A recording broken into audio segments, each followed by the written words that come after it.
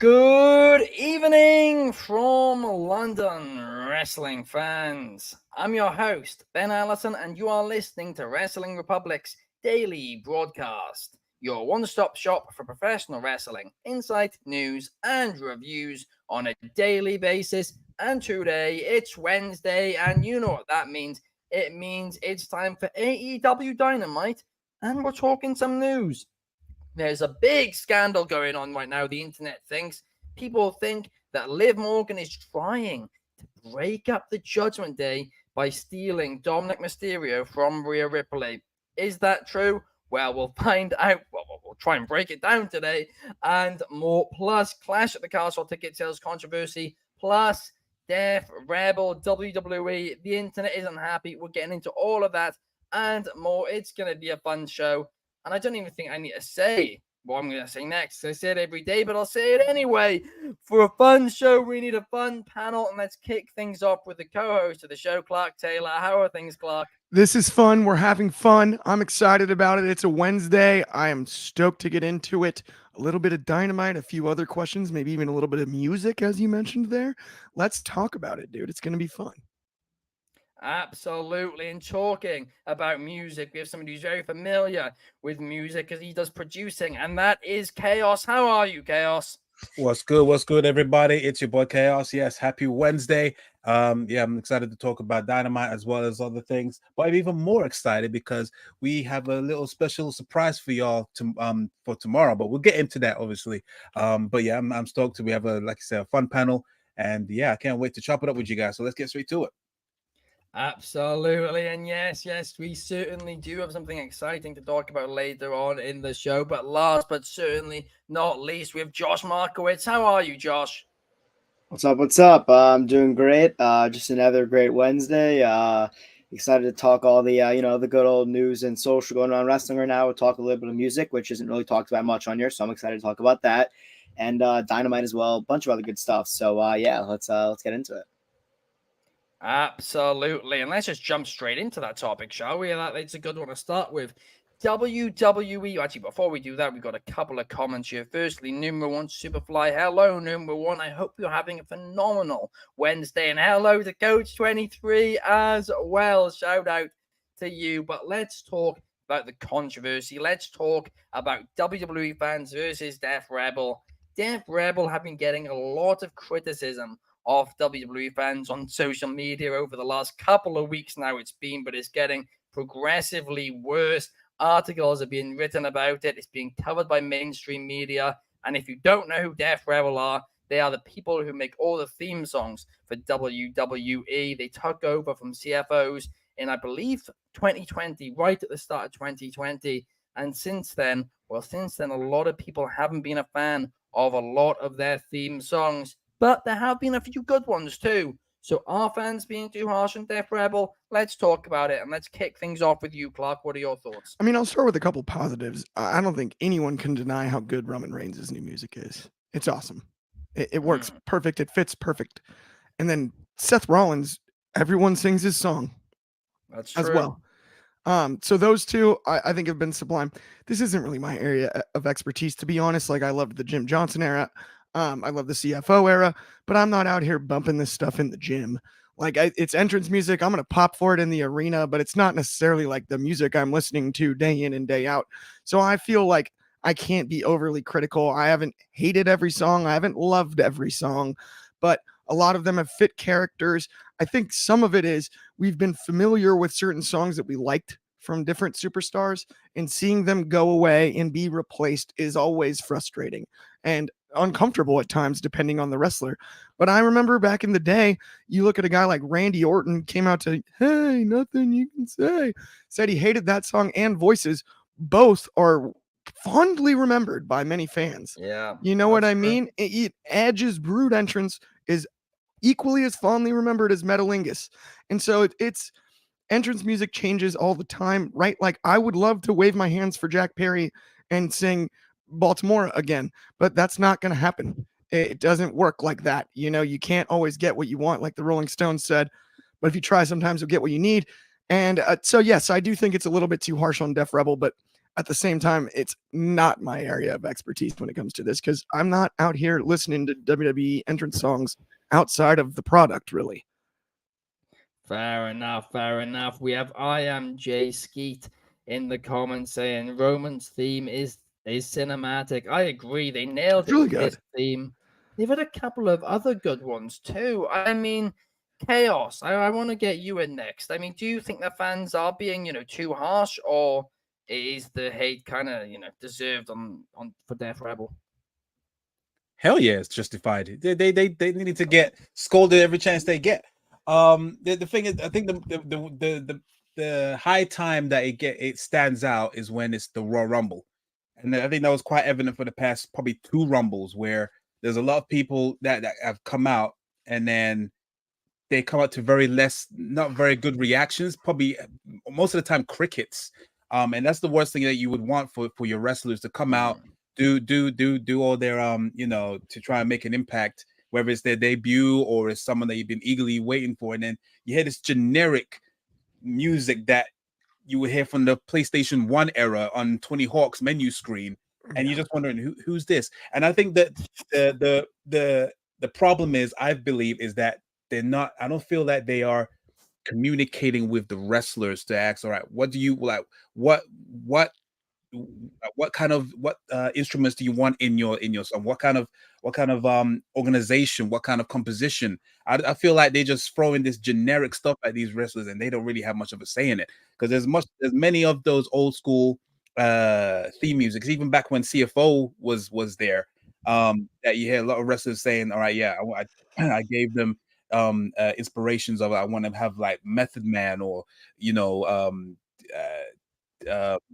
Led Zeppelin, all this kind of, they gave all these ideas, and then they kind of just meshed it together and came up with something something for that's catered for that wrestler. Right now, yeah, there's no distinction. It is literally generic, and I feel like, the wrestlers don't really have much say, and that's where they need to really focus on that, and give back to the wrestlers and make it more distinct and more original. Because now everyone's crying for Jim Johnson. The guy's 70 years old. I'm pretty sure he doesn't want to come back. But that's my thoughts. I think he just needs to communicate with the wrestlers more. They certainly do. I mean, Coach 23 has a response from the other perspective, saying people who hate music from Death Rebel clearly haven't heard themes from the new generation era. That doesn't include Chaos. I know he's heard those themes. Yeah, but what are your thoughts on that, Chaos? Yeah, I mean, it's definitely up there. I think they're not as bad as, but obviously back then it was very character themed. So like, say if there was someone that is like a pig farmer, then you have like pig noises and all that kind of stuff. So it's they're bad in their own generation. But yeah, I think new generation is bad. But Death Rebel is, if they ain't careful, they're creeping up there. It's the amount of compilations that people are coming out with. Someone saying like, it's like Seth Rollins' new theme, and it is just like something that you play on a Casio keyboard. It is, they're really right in that line. They gotta be really careful. That's why you didn't like Diesel's theme with the 18-wheeler horn? No, the Rock's.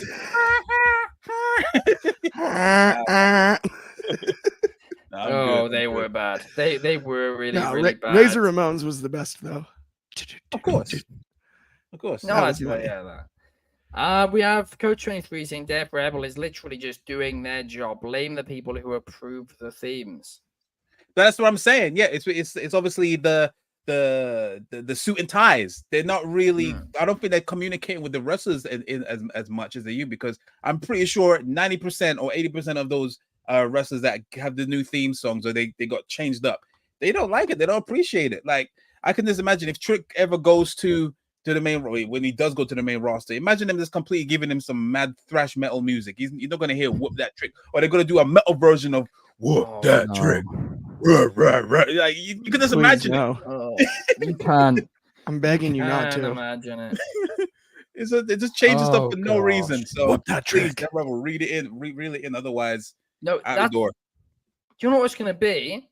It's going to be the song starts with, right before the music even starts, it just goes, Whoop That Trick, and then the music hits. That's what it's gonna be. It's gonna just start with that, and WWE, hire me. Trust me. Chaos convinced me.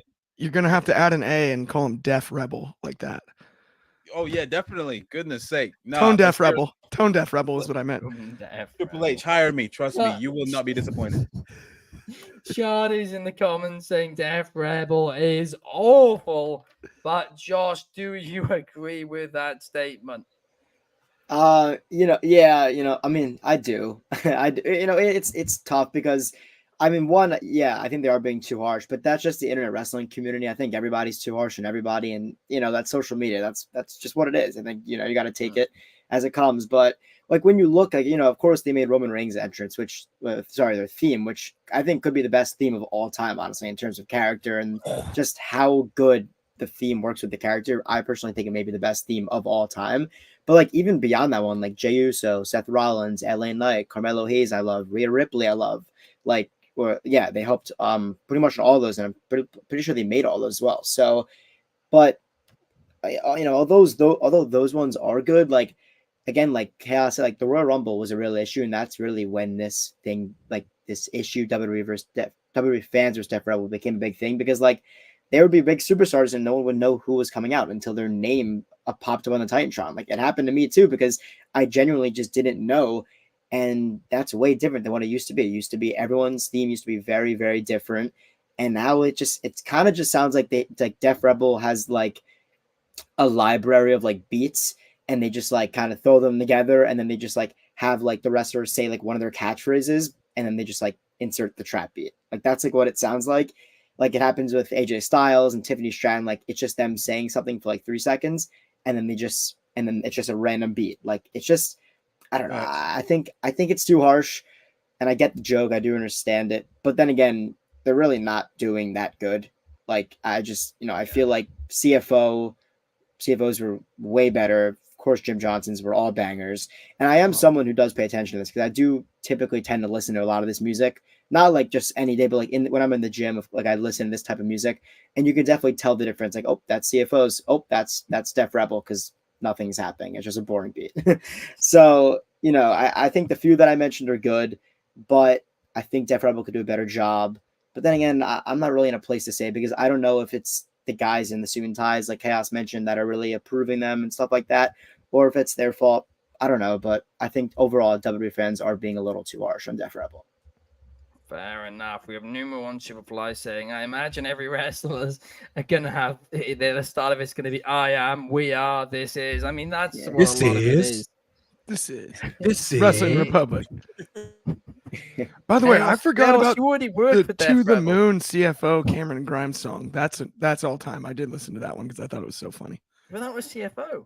Wow. I know, that's what I said. I forgot about CFO. I was just shouting out CFO. Oh, okay, fair Completely enough. separate. Yeah, no, that was a throwaway comment. We have Coach 23 saying it's like a generational thing. During the Attitude Era, everything is heavy metal, then Ruthless Aggression, it was rap or hip hop. Now it's kind of a weird R&B thing. But the difference is, like, nobody likes it now. Like, there's no part of the audience which are liking most of the songs. Yeah. Like, it's not like it's a personal taste thing. Everybody just kind of thinks they're a bit rubbish, I think. It's just generic as hell. Like, you could hear it on any like low budget video game menu music, and it almost go. Yeah, it almost sounds like when you're like on iMovie editing a movie, and you just select from like the lists of like beats you have, like GarageBand. Like that's what it sounds like. Just very generic beats that aren't really edited or touched on at all. That's what I'm saying. No, you are bang on right there, Josh. It does feel like a bit of a copy. It's a little bit like something you would hear at one of those like kids exercise camps, because like it'd be all clean versions. You know what I mean? Like it's like just on a loop. Yeah, the cover, a bunch of generic pump up songs. Like, oh, you are right. But away from the negatives now, guys, we have some better news to focus on, right? And that is that today, right? There's been a bit of discussion about whether it is or it isn't. It is. We've confirmed it is. Today is the 500th episode of Wrestling Republic's daily broadcast. We've done 500 of these things now. Of course, it was Clark's 400th episode the other day. I mean, it's crazy, isn't it, how many we've done, and we appreciate everybody who's watched them. It's been a blast, hasn't it, Clark? I think it's amazing. 500 episodes is so huge. 400 for me on Monday blew my mind, and then doing the math and figuring out like, wait a minute, This is episode 500 total. So cool. I mean, it's been a blast ever since that. If I didn't answer that dang phone on Christmas Eve 2022, who knows? Maybe we're 500 episodes short of this, right? Happened to be awake and happened to be available, and that this thing came out of nowhere, and that's what makes it so cool to me. Yeah, exactly. Quick question. Okay, do you know who was the actual guest on the first ever episode in the Daily Show? Was it us three? I don't know. I'm asking y'all. I think it was just me and Ben. And then my mom was the first guest. It was me, you, and Kobe, I believe. Oh, Kobe did join us. Kobe was definitely there the first day. Who, me? No, Kobe. No, you said me, you, and like, who's the you? That's what I'm saying. I think he meant me. Clark. Oh, right. Yeah, you weren't there, Chaos, were you? Or were you? I don't know. I'm asking. No, I think Chaos I believe Chaos's first episode was like the third or fourth episode. Because we had the one where we had my mom on to talk about Lacey Evans. Yeah. I'm trying to spitball about this. It was like you guys can go back and watch that. That's a classic. Yeah, it's a lot of scrolling, but it is a classic. I'm actually trying to check it now, but yeah, carry on. But no, honestly, it is crazy that we've got this far. And it's been phenomenal. I mean, it was an absolute wild move from me. Like, if anybody ever questions how insane I am, deciding on Christmas Eve to start a daily pop broadcast. I don't think the pitch, to be fair, initially was to start it on Christmas Eve. I think the idea was to start it, and I pitched it on Christmas Eve. And I think, Clark, you just went, why don't we start it today? No, you called me in the morning on Instagram chat. I'll actually never forget it because, to be completely honest, I slept in longer than normal. And you were like, hey, you know that daily broadcast idea we've been kicking around? And I was like, yeah. And you were like, would you want to start it today? And I was like, honestly, I have no plans until dinner time. Why not? Like, let me get my microphone ready. He's like, cool. I made a graphic. Next thing you know, he's hitting record and it's episode 1. Like, it was out of thin air. It's one of my favorite parts about the daily broadcast is the way it started. It was like, kind of like we just looked at the pool and we're like, jump in. Let's see it. Like, it was like, all right, why not? Cannonball swim. Yeah. Then we were like, maybe we should take Christmas off. Haven't taken a day that wasn't Christmas Day off since. That's the most interesting, funniest part about it. Yeah. No, oh, wow. Absolutely. The topic on the first one was, should WWE fire Lacey Evans? Oh, that's sharp. It was. It was an explosive headline out of the gates. Bang. Started strong. Yeah. Anyway, and they did. We had a follow-up episode about that topic. Brought my mom on as an expert. Part special. Thank you, number one Superfly, and thank you, David Marge, as well. Soul says, "Woo, glad to be here. Minus my disappearance for like 300 episodes. Time to get my episode." It's just a hiatus. takes the summer off. That's the joke, isn't it? It was unpaid leave. That's what it was. He spent the summer in the Hamptons.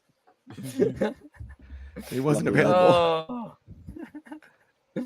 Oh, thank you for the support, David Martin. Thank you again, number one Superfly, as well. We really appreciate you guys watching. We couldn't do it if there was 0 viewers. That would be very, very depressing. But and less fun. Yeah, it would just be like, oh, let us know what you think in the comments. Oh, there's nobody in the comments. But that's part of the fun. The engagement really is part of the fun. But now let's move on to the next topic. Clark, I want to bring you in because we did an Instagram poll, one of these controversial Instagram polls, where 86% of people said Andrade was right to say bye-bye to AEW and welcome home to WWE. But we're 2 months in now since he appeared. Did Andrade make the right decision? This is such a tough one for me to answer because it's a good question, but at the same time, it's so darn subjective. You almost can't make it up because I don't know Andrade personally. So I don't know what his priorities are, right? And an outside wrestling fan may look at the way he was booked in AEW and think, oh, he's got to go to WWE because it's going to be better there. Or may think he's got to stay in AEW if you're on the 14% of the other side of the vote, right? Either one. It's on Andrade when it comes to this. What does he want out of this? The schedules are different for sure. His wife, Charlotte Flair, works at WWE for sure. That's logical and a factor. There's so many variables when it comes to a question like this. It's hard to just put in a box like yes or no, he made the right decision. Thus far, he's had a really high quality WrestleMania match that I thought was a little clunky the way that he was inserted into the match instead of Dragon Lee. It was you were going to say the match was clunky then? The match was good. It was really a little clunky. Match and clunky. No, it was a high quality match. It's clunky how they got there. Yeah, I agree. But deservedly so. He's a world class talent. I've known this forever.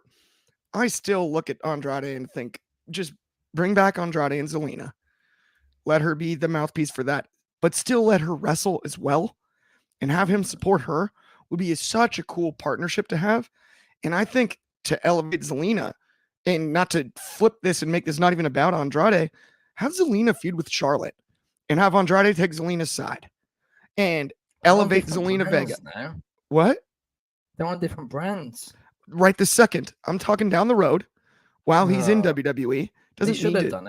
Doesn't mean to be today, right? But like at some point, run that program and see what happens. For Zelina Vega, I think Andrade can be successful in almost any organization he goes to. And so my answer is, no matter which way the vote would have gone, I would say I'm kind of right in the middle. I think he could have been successful at AEW. I think he can be very successful at WWE. And I'm totally not trying to cop out of answering the question. But I respect the fact that it's 86%. Sure. Okay. He's going to WWE. That's awesome. And he's at WWE and he's been good so far. I think time will tell. It could have been either. No, you are right. You are right. It is really, really, really days. I mean, to be fair, across these 500 episodes, very few times have you gone down the middle. So I'll let you off. Going it right down the middle like a referee. That was my referee moment. Non-biased. We got Andrade was a good choice to go back to WWE, says David Marge. And Numero One Superfly says, as of now, it was the right choice. But in AEW, he just had a run. You are right. He wasn't used, but he's not been massively used in WWE either yet. It's kind of like he's just underrated, isn't he? He's one of those wrestlers. Yeah. It's a weird one. It really, really is. Yeah, I had a hard time taking a firm stance on the question. I felt guilty about that. Like I usually am pretty good about that, but yeah, I really did on this one. Like I don't know. That's a tough one. Well, I'm about to take a firm stance on something, and that is about how great Next Level is. Now, if you guys do not know what Next Level is, basically they put all our social media links all in one easy place for us. You guys can access all our links just by clicking our NX Connect link, and that is nxconnect.me/Wrestling Republic to see all our content across all platforms, linked all in one place. So yeah, it's an absolute no-brainer. It's free to do. And also, if you click the link, you scroll down to the bottom, there's a giveaway going on. And what is that giveaway, you might ask? Well, you have the opportunity to win a $100 WWE Shop gift card. Again, it's completely free to enter. You just click the link, scroll down to the bottom, and then there'll be a giveaway link. You click that and you follow the steps. It's all free. It's all easy. And you guys could have the chance to win a gift card for the WWE shop. And I mean, like I said, it's free. You got nothing to lose. All our links, exclusive content, and more. Guys, it's a non-breaker. It's a non-brainer. I'm thinking of Braun Breaker. It's a Braun Breaker. It's a non-Braun Breaker. Should probably get an NX Connect link. It's as good of an opportunity as Braun Breaker has. That's what Ben's saying. Yeah. No, that's what I'm trying to say. It's a no-brainer, guys. There's no catch. But let's now move on because there is a catch if you wanted to go to Clash at the Castle. I mean, I don't know if you guys have seen these ticket prices. They were insane on the pre-sale for the combo tickets for both Clash at the Castle and SmackDown. Of course, both of them are taking place in Scotland in, I believe, June. Well, not even I believe June. It is going to be June. And I mean, a lot of people were not happy with the combo tickets. And now today we found the individual tickets. And I believe the cheapest ones were 100 and something. But there was only a few of those. And the only cheaper ones which were available after the first couple of minutes were like £300.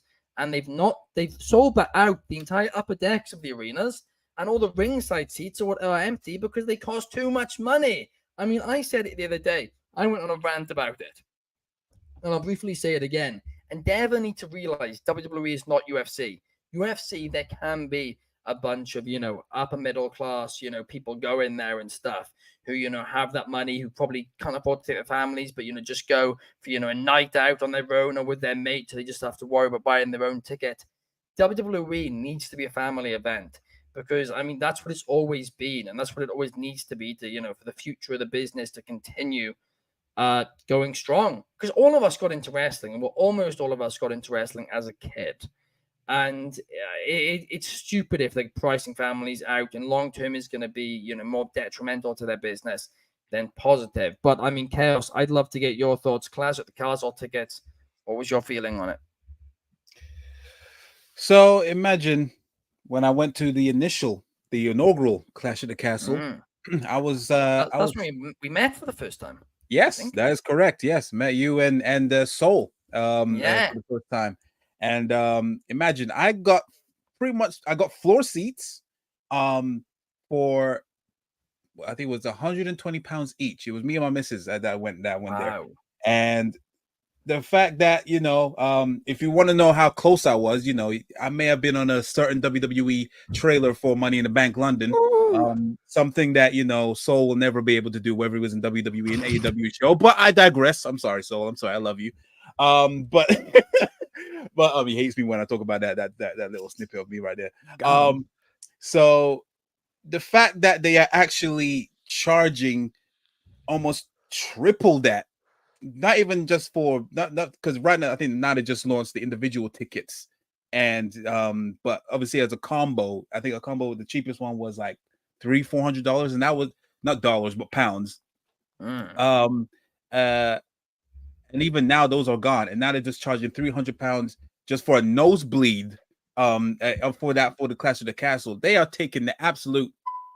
That's my thought. They're taking the absolute mick.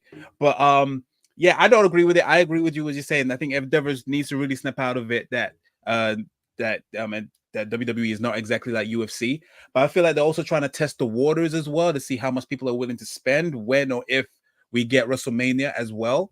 And if this does indeed sell out, I fear the worst for Mania, because they can't be getting away with this, because like the fact that they were charging $120 for floor seats at a 60K stadium, and you try to charge this crazy amount of money for that's barely a third of that at in Scotland. It's absolute ridiculous. I don't agree with it. Who knows? They might do a buy one get one free thing, like as the infamous words that CM Punk said, for them to actually fill up them seats, because them floor seats ain't going. Do they not know we're in a recession? That's what I was wondering. Are they not aware of the state of the UK financially? Like it's absolutely insane. I feel like they are literally testing the waters, see what they can get away with if and when we get Mania. But this is just a poor start. I hope they bring it down exponentially. If they really want to fill out that seats, because you don't want to see empty floor seats. Imagine seeing that when you're watching it on the network, and it's just absolute, it's just no one. There's a couple people in the front row. I don't. And then all the upper decks. It's the opposite of AEW. All the upper decks are the floor seats are empty. The front row seats are tarped off. They're tarped off. That's how bad it is. It's like a Billy Joel concert. Well, no, Billy Joel doesn't sell the front rows and then brings in hardcore fans from the top rows to the front row at every one of his concerts. I think it's one of the coolest things any musician does. WWE he said he wants only the biggest fans in the front two rows.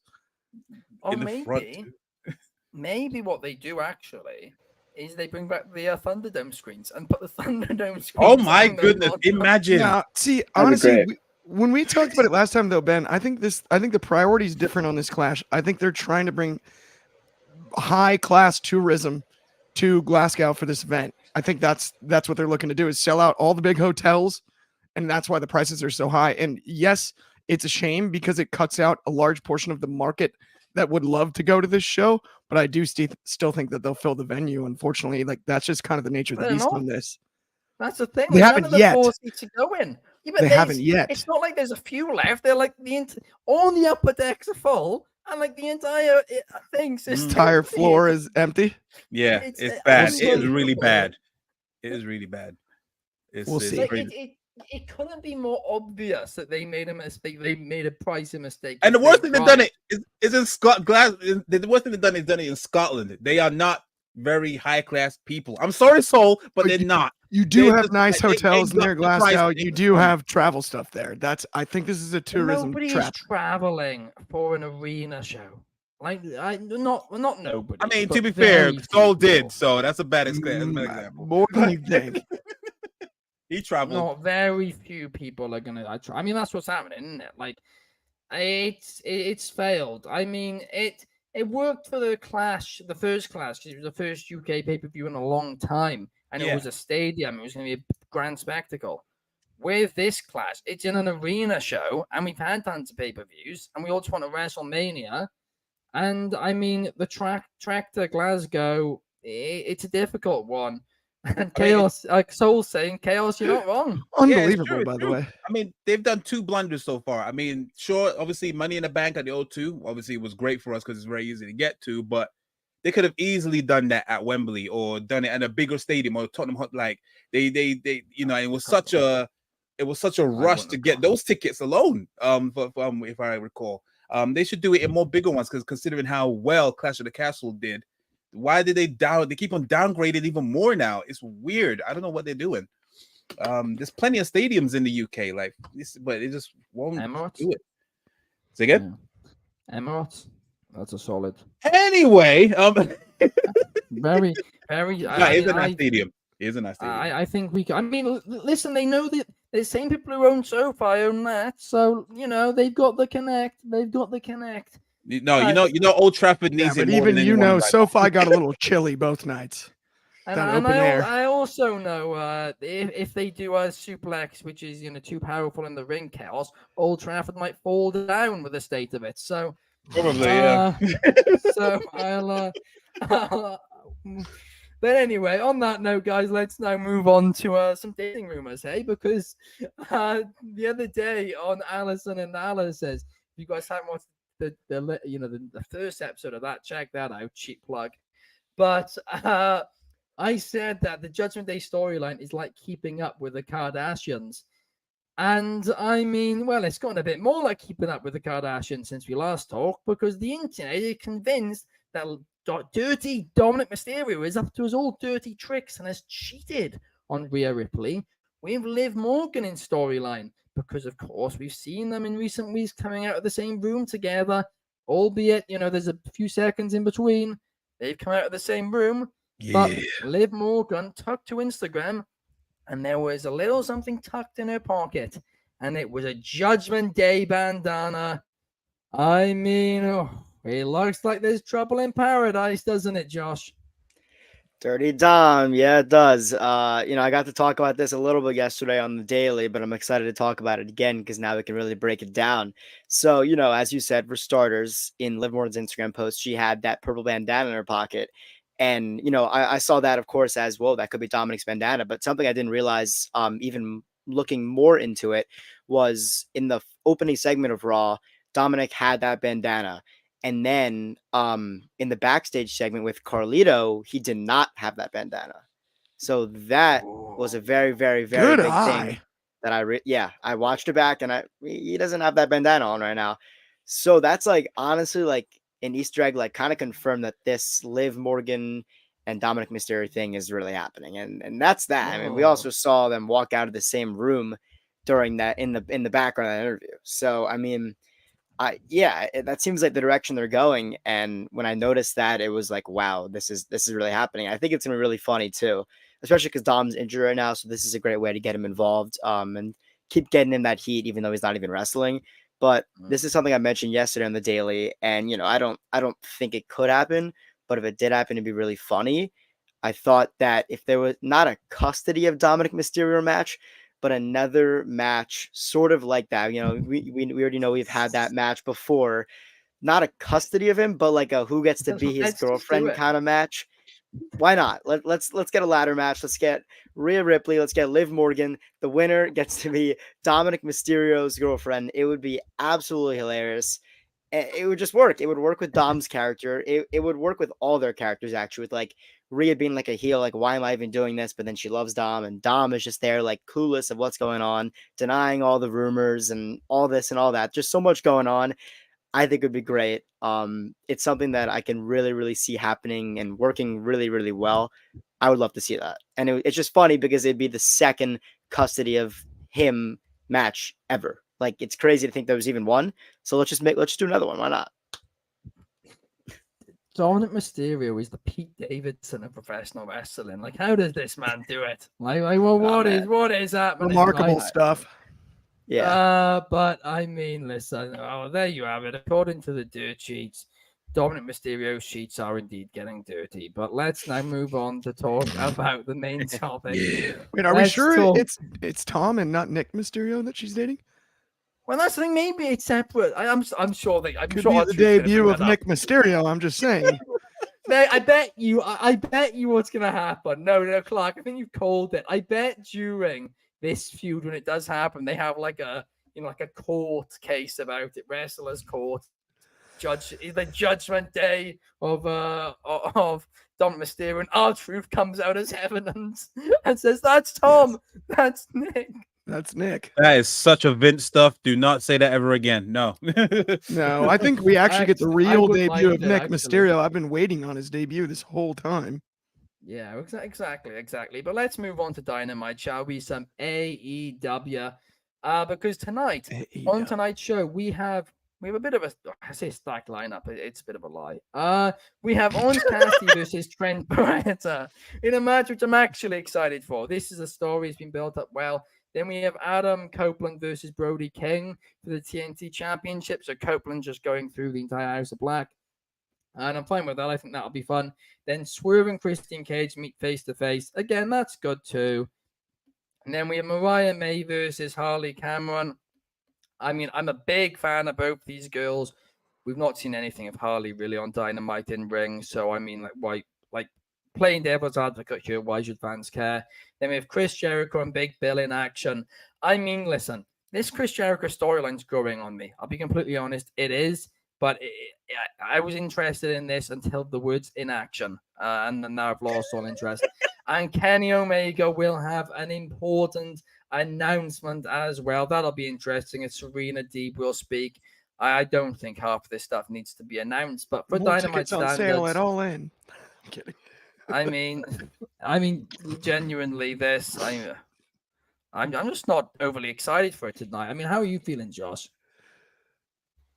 Yeah, no, I'm the same way here. You know, there's not much that really stands out to me on this card. You know, I think as always, we know absolutely everything that's announced for Dynamite, so it's pretty easy to predict what's going to happen. And yeah, there's not much, honestly, that I'm like really stoked for. And, you know, that's kind of a common trend with me in Dynamite. But I guess what I'm most looking forward to is, I guess, Swerve and Christian coming face to face. Like, just two guys that are great on the mic coming face to face to promote the main event of I guess they're not really their biggest show anymore because of All In, but kind of like their flagship show, Double or Nothing. Their biggest show that they've had consistently since their start. So I'm excited to see that, just the beginning of the build to that match. Because I do, that match is going to be really good, but I do think that match definitely needs a little bit of work in terms of the build. I don't think that's a match that they could just go out there and wrestle and everyone's really bought in and invested. I think they're going to have to do some work in terms of promo and backstage segments and interviews to really enhance that to be the main event of the show. But yeah, as long as AEW doesn't really fumble that segment and, they let them just go out there and talk, I'm looking forward to that a lot. And hopefully it's just a good back and forth segment with two guys that are great on the mic. But yeah. Yeah, no, that is a very solid choice indeed. I mean, we have, before I go into the comments, Clark, I'd love to get your thoughts. What are you most excited for heading into Dynamite? So I first want to shout out the fact that Kenny Omega with diverticulitis, my buddy Brandon Turner had diverticulitis, and it is painful. It is not something you can go to work with, let alone on television for most people, unless you're Kenny Omega. So monster shout out for making back-to-back appearances, traveling with something that is remarkably painful and super, super serious. I am most excited for his segment because it's not super predictable, but I'm pretty confident what we're going to see is, guess who also has an ironclad contract and a bit of authority, and we're going to see a punishment for those other EVPs, the Young Bucks, rained down from Kenny Omega, or at least authority established. And now we have a power struggle along the way until he gets healthy. And that I'm really excited for. I think that's the move. That's where I would go if it was my choice. And I think Kenny's as good as anybody to deliver this promo. Kenny is the best bout machine for sure. That's a great nickname for him. He's amazing at it. He's unbelievable bell to bell. He is underrated at promos. He's got his own style. It can come across a little funky at times. He's got his own sort of the anime style charisma, the way he does like the very posed and pauses in between sentences and whatnot.